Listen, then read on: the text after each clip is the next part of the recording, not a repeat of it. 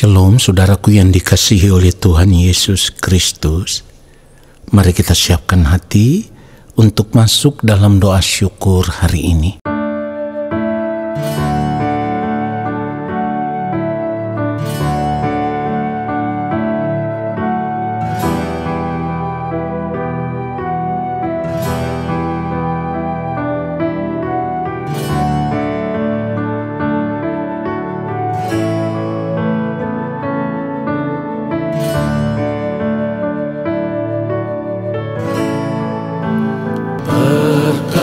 Perkenankan hamba-Mu, ya Bapa, masuk dalam hadirat-Mu yang kudus. Perkenankan hamba-Mu, ya Yesus, sujud menyembah dalam kekudusan.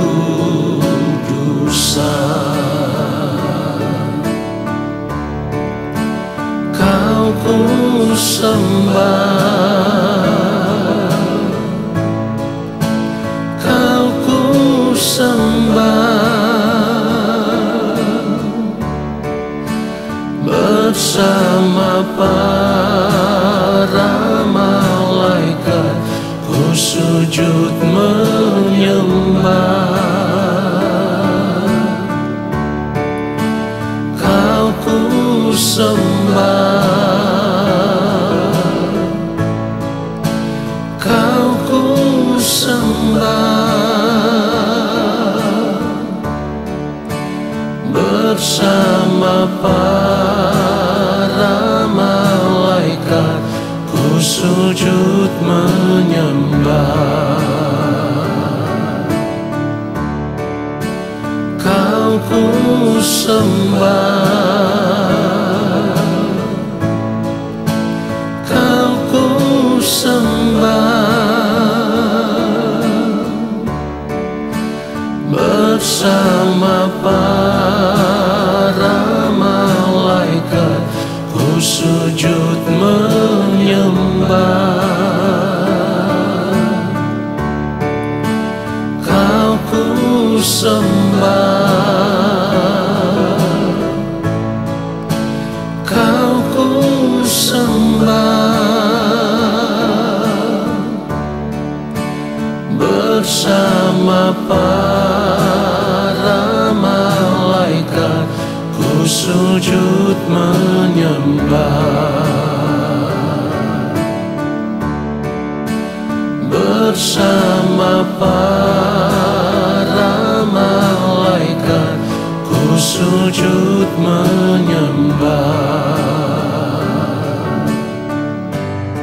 Sujud menyembah.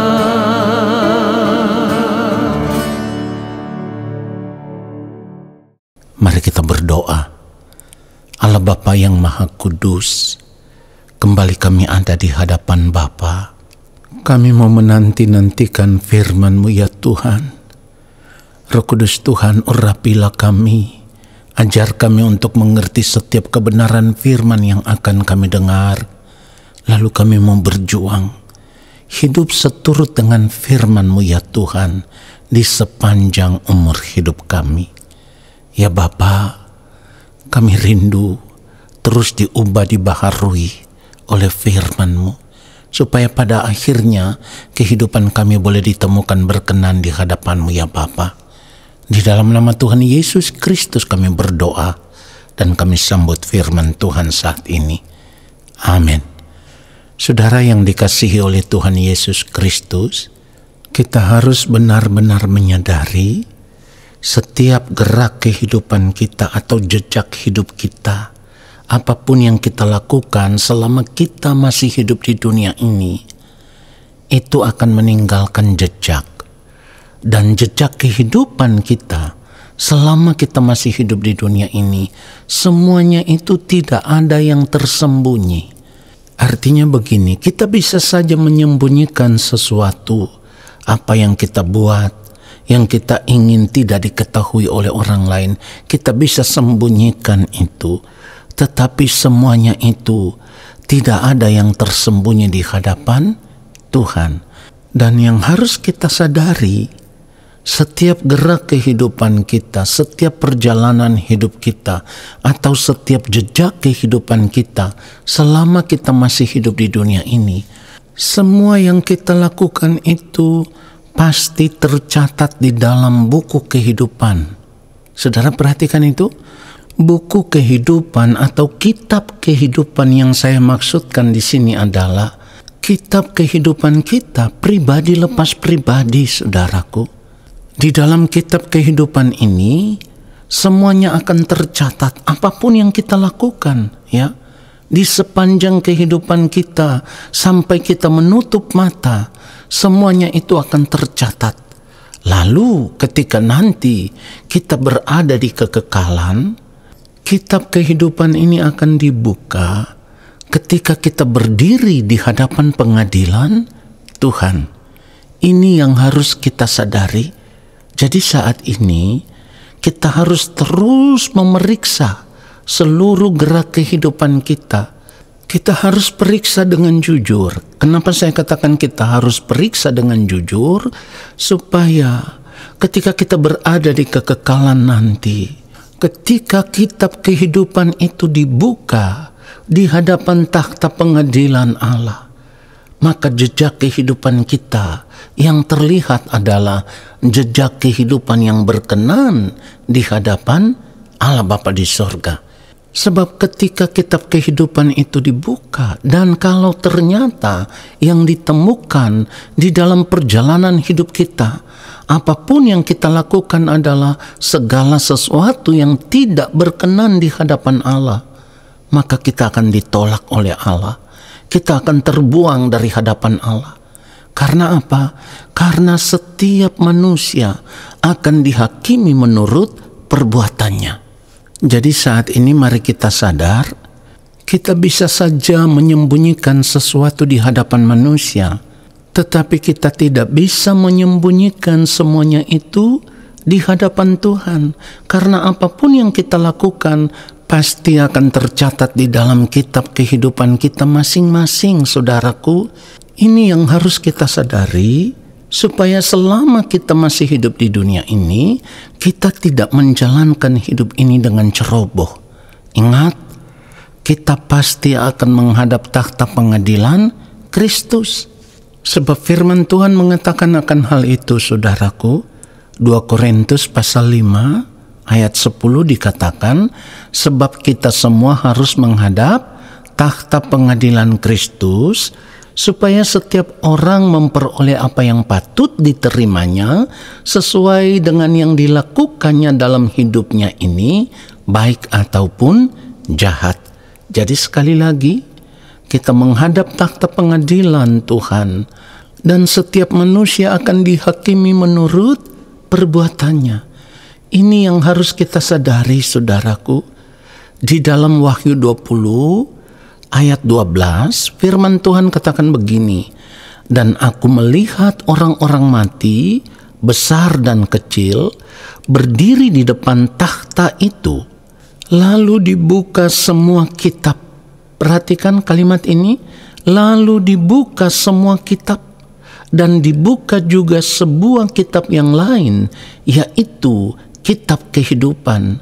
Dan orang-orang mati dihakimi menurut perbuatan mereka berdasarkan apa yang ada tertulis dalam kitab-kitab itu. Saudara perhatikan itu. Jadi ada catatan kehidupan kita yang tercatat di kekekalan.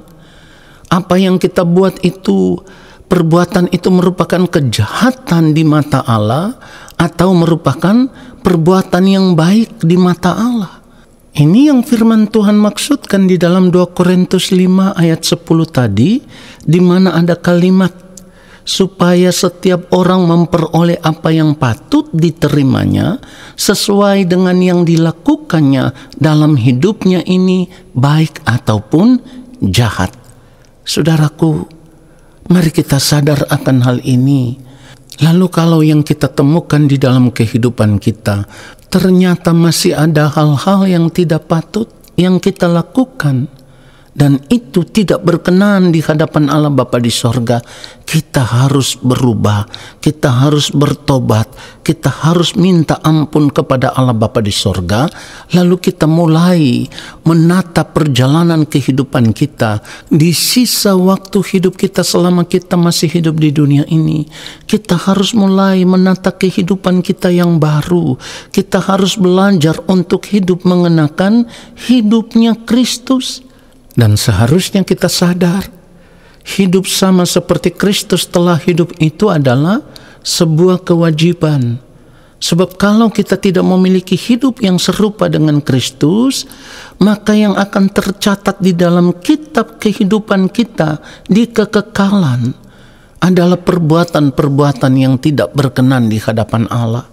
Oleh karenanya saya harus katakan, kita harus sadar sebelum terlambat. Kita tidak boleh ceroboh lagi. Artinya kita harus berjuang untuk hidup tidak berbuat salah lagi, hidup tidak berbuat dosa lagi.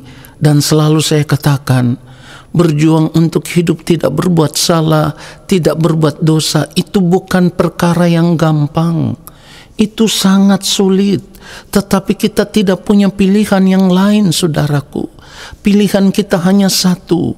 Kehidupan kita harus ditemukan tidak bercacat, tidak bercela di hadapan Allah, supaya ketika kita berdiri di hadapan pengadilan Tuhan nanti, kehidupan kita dipandang layak. Saudara, ketika kita mendengarkan kebenaran firman Tuhan seperti ini, jangan pernah berpikir bahwa ini adalah sesuatu yang berlebihan. Karena pasti ada banyak orang berkata, kita sudah diselamatkan di dalam Kristus. Benar, Kristus menebus kita dari segala pelanggaran, salah dan dosa, supaya kita bisa menerima janji keselamatan. Tetapi ingat baik, firman Tuhan menasihatkan kita supaya selama kita masih hidup di dunia ini, kita harus tetap mengerjakan keselamatan itu dengan takut dan gentar.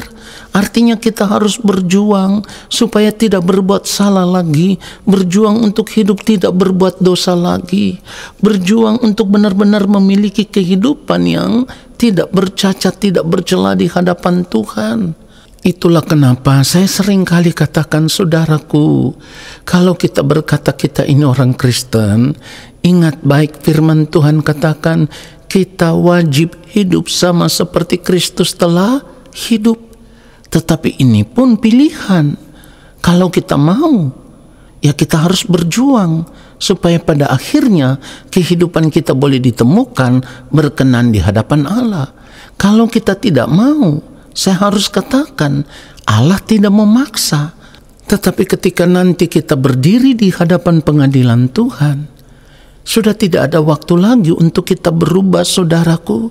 Ketika kehidupan kita ditemukan tidak berkenan di hadapan Tuhan, otomatis kita akan terbuang dari hadapan Allah. Itulah kenapa firman Tuhan menasihatkan kita di dalam 2 Korintus pasal 5 ini. Kalau kita membaca ayat 9 dikatakan, sebab itu juga kami berusaha, baik kami diam di dalam tubuh ini, maupun kami diam di luarnya, supaya kami berkenan kepadanya. Jadi pilihan kita hanya satu. Selama kita masih hidup di dunia ini, kita harus berusaha supaya tetap berkenan di hadapan Tuhan. Kalau kita tidak berusaha, maka catatan kehidupan kita, jejak kehidupan kita yang tercatat di dalam kitab kehidupan akan membuktikan bahwa ternyata kehidupan kita tidak berkenan di hadapan Allah. Saudaraku, sekali lagi saya katakan, mari kita sadar sebelum terlambat. Mari kita kembali kepada Tuhan sebelum terlambat. Mari kita bertobat sebelum terlambat, saudaraku. Dan sekali lagi saya harus katakan dengan tegas, berjuanglah untuk tidak berbuat salah. berjuanglah untuk hidup tidak berbuat dosa lagi di sepanjang umur hidup kita, supaya kehidupan kita boleh ditemukan berkenan di hadapan Allah Bapa di sorga. Sebab jika tidak, maka dapat dipastikan di kekekalan nanti kita akan terpisah dari Allah, terbuang ke dalam kebinasaan kekal. Ambillah keputusan sebelum terlambat. Biarlah kebenaran firman Tuhan ini menyadarkan kita semua. Amin. Mari kita berdoa, saudaraku. Bapa yang Maha Kudus, terima kasih untuk kebenaran firman-Mu yang sungguh menyadarkan kami. Kami mau terus menjaga kehidupan kami, supaya setiap hari hidup kami boleh ditemukan berkenan di hadapan-Mu ya Bapa. Kami mau berjuang untuk hidup tidak berbuat salah lagi, tidak berbuat dosa lagi. Kami mau berjuang untuk hidup sama seperti Kristus telah hidup. Karena kami rindu di kekekalan nanti Engkau boleh mengenal kami sebagai anak-anak-Mu ya Allah, sebagai anak-anak yang berkenan di hadapan-Mu ya Bapa. Terima kasih Bapa yang Maha Kudus untuk firman-Mu yang sudah memberkati kami. Lalu saat ini kami semua mau mengangkat tangan di hadapan Bapa di sorga. Kami percaya Engkau akan menurunkan tangan dan memberkati hidup kami. Saudaraku, arahkanlah hatimu tertuju kepada Tuhan dan terimalah berkat-Nya. Segala berkat kasih karunia daripada Allah Bapa di sorga, rahmat cinta kasih yang berlimpah-limpah dari Tuhan Yesus Kristus, di dalam persekutuan yang manis dengan Roh Allah yang kudus, turun atas hidupmu, menyertai langkah hidupmu dan memberkati kehidupanmu sekarang dan sampai selama-lamanya. Amin. Saudaraku, terima kasih sudah mengikuti doa syukur hari ini. Sampai jumpa dalam doa syukur besok hari. Tuhan Yesus memberkati kita semua. Shalom.